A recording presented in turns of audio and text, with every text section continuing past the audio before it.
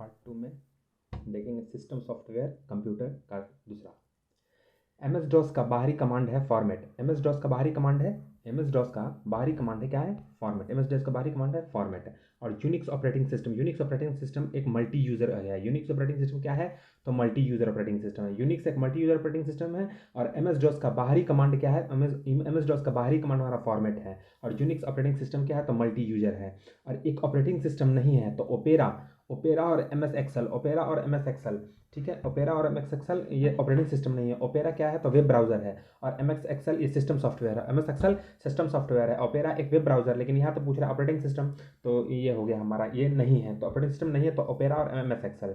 और विंडोज़ और विंडोज़ और उबुंटू उदाहरण है ऑपरेटिंग सिस्टम का। तो यहाँ पूछ दिया कि ऑपरेटिंग सिस्टम नहीं है, यहाँ पूछा है कि ऑपरेटिंग सिस्टम कौन कौन है। विंडोज़ है और उबुंटू है। क्या है? विंडोज़ और उबुंटू ये है ऑपरेटिंग सिस्टम। ये क्या है? ये हमारा ऑपरेटिंग सिस्टम है। अब देखिए, अब हमारा विंडोज 7 और माइक्रोसॉफ्ट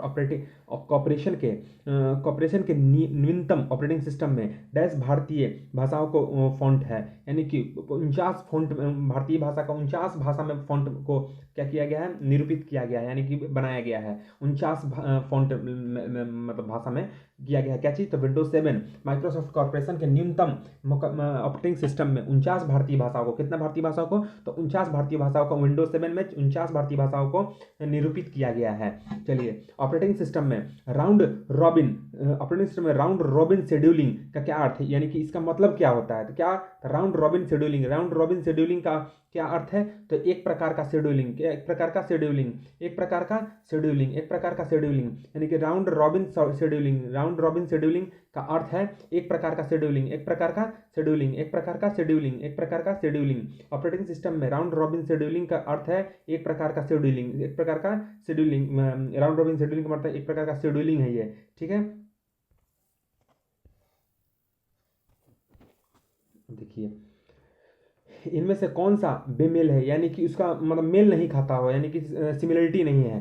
तो लिनक्स और विंडोज 19, C++ और विंडोज 7, यानी कि ये ऑपरेटिंग सिस्टम है, लेकिन C++ क्या है? ये एक प्रोग्राम है। ये एक प्रोग्राम है, लेकिन ये क्या है? ये हमारा ऑपरेटिंग सिस्टम है। ये भी ऑपरेटिंग सिस्टम है, ये भी ऑपरेटिंग सिस्टम है। ये नहीं है तो ये मेरा बेमेल खाता है। एक सिस्टम सॉफ्टवेयर है तो कंपाइलर जो होता है वो एक सिस्टम सॉफ्टवेयर है। कंपाइलर क्या होता है? सिस्टम सॉफ्टवेयर है। अब देखिए, विंडोज में आइकन जैसा add remove programs and new hardware modem आदि क्या होते हैं? तो कंट्रोल पैनल में होते हैं। कहाँ होते हैं? मोडेम आदि कहाँ होते हैं? याद, न्यू हार्डवेयर मोडेम वगैरह कहाँ होते हैं? तो कंट्रोल पैनल में होते हैं। कहाँ होते हैं? कंट्रोल पैनल में होते हैं।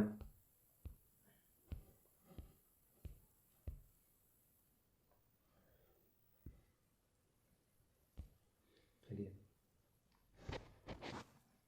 हमारा डॉस क्या है? तो डॉस एक डिस्क ऑपरेटिंग सिस्टम। डॉस का full form disk operating system.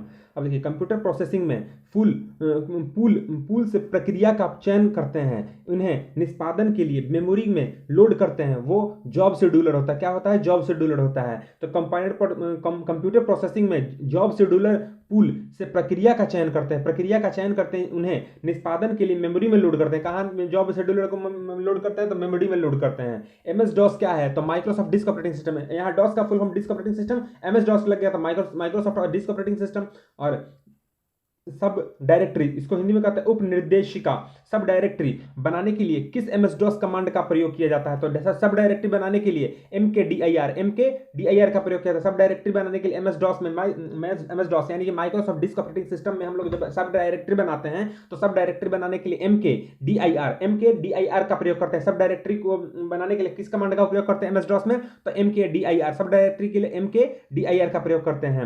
अब क्या नहीं, सिस्टम सॉफ्टवेयर ऑपरेटिंग सिस्टम नहीं है, मतलब भाई question multi user signal tasking, multi user signal tasking, multi user signal tasking और सिंगल यूजर सिंगल टास्किंग। यहाँ मल्टी यूजर सिंगल टास्किंग, यहाँ सिंगल यूजर सिंगल टास्किंग और सिंगल यूजर मल्टीटास्किंग और multi user multitasking. तो इसमें नहीं है पूछा है, तो मल्टी यूजर सिंगल टास्किंग नहीं है, मल्टी यूजर सिंगल टास्किंग नहीं है, मल्टी यूजर सिंगल टास्किंग नहीं है, यानी कि ऑप्शन नंबर 1 गलत है। इस कौन सा है? तो सिंगल यूजर सिंगल टास्किंग होता है। सिंगल यूजर मल्टीटास्किंग होता है, मल्टी यूजर मल्टीटास्किंग होता है, लेकिन मल्टी यूजर सिंगल टास्किंग नहीं होता है। IBM डॉस है single user operating system, single user operating system MS DOS. IBM DOS, IBM DOS क्या है? तो एक उदाहरण है सिंगल यूजर ऑपरेटिंग सिस्टम का, सिंगल यूजर ऑपरेटिंग सिस्टम का।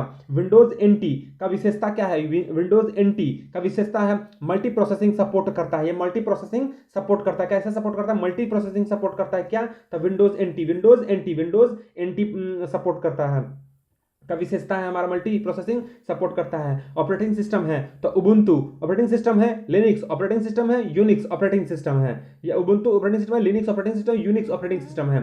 अब माइक्रोसॉफ्ट विंडोज में डिफॉल्ट सेटिंग्स में टास्क बार कहाँ स्थित होता है? तो माइक्रोसॉफ्ट विंडोज में डिफॉल्ट सेटिंग टास्क बार कहाँ स्थित होता है? तो स्क्रीन के ठीक नीचे माइक्रोसॉफ्ट विंडोज में डिफॉल्ट सेटिंग, जो डिफॉल्ट सेटिंग होता है कहाँ स्थित होता है? डिफॉल्ट सेटिंग स्क्रीन के ठीक नीचे होता है। टास्क बार जो खोलते हैं हम लोग, तो उस टास्क बार के ठीक स्क्रीन के नीचे होता है, डिफॉल्ट सेटिंग होता है माइक्रोसॉफ्ट विंडोज में।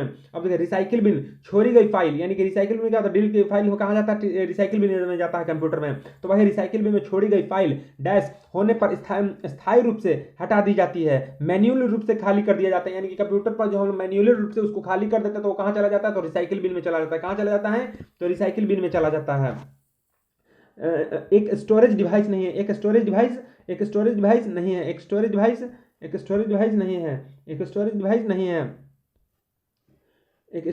नहीं है। तो लिनक्स क्या है? एक स्टोरेज डिवाइस नहीं है। लिनक्स एक ऑपरेटिंग सिस्टम है। ये स्टोरेज डिवाइस कब से होने लगा? तो लिनक्स और यूनिक्स उबुंटू क्या है? ऑपरेटिंग सिस्टम है, तो ये स्टोरेज डिवाइस नहीं है। तो ऑप्शन होगा Linux.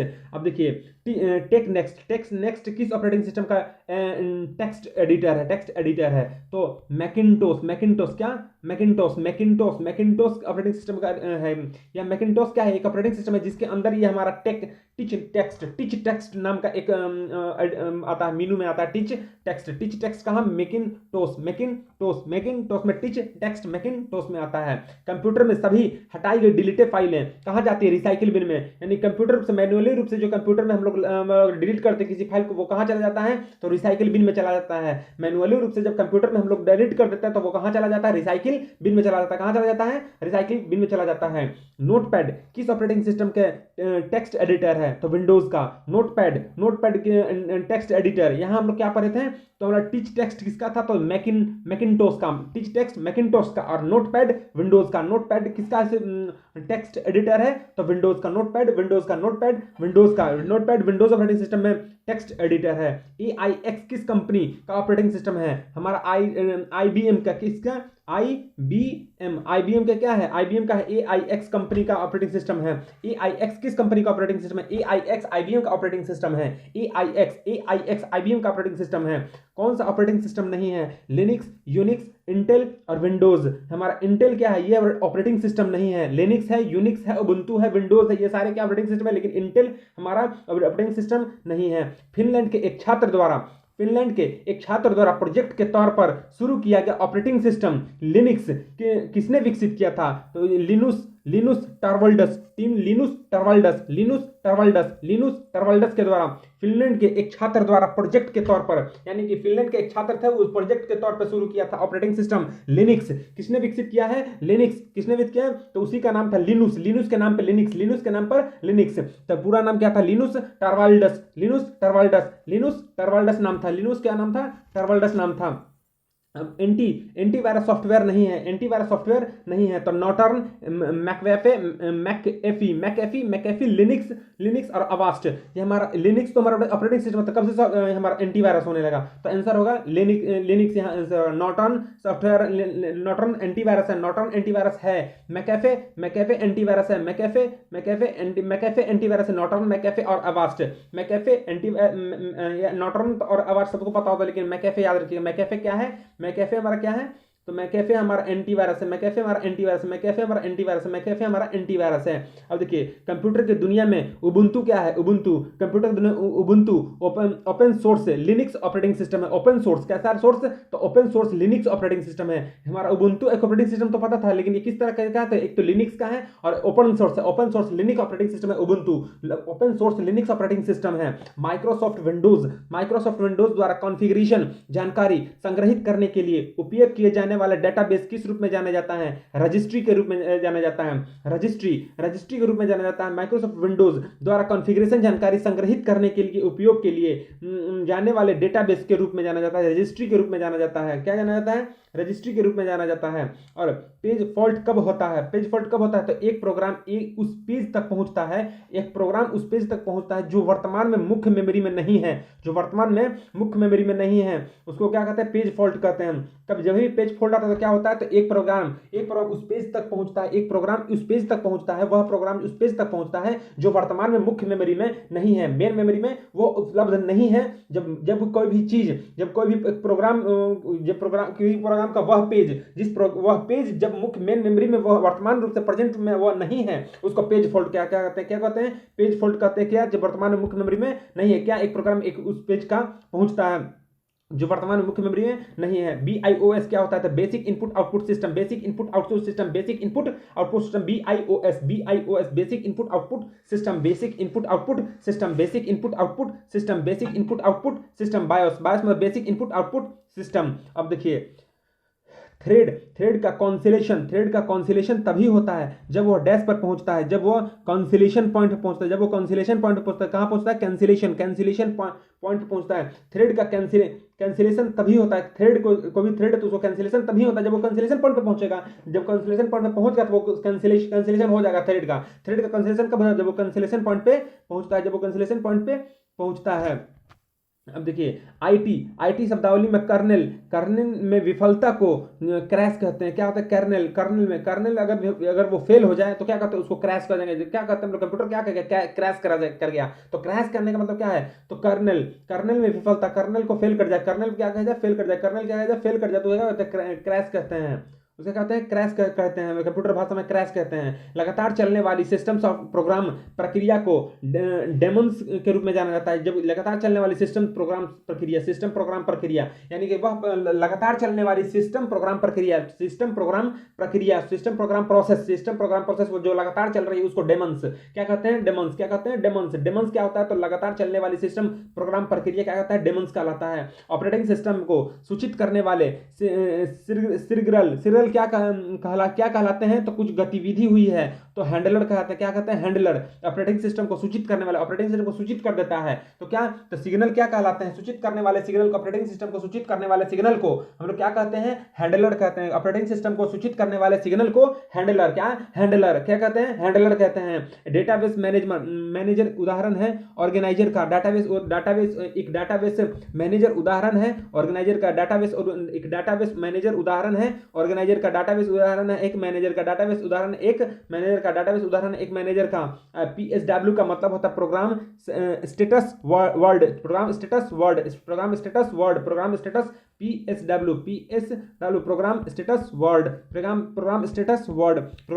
Word, PSW program status word.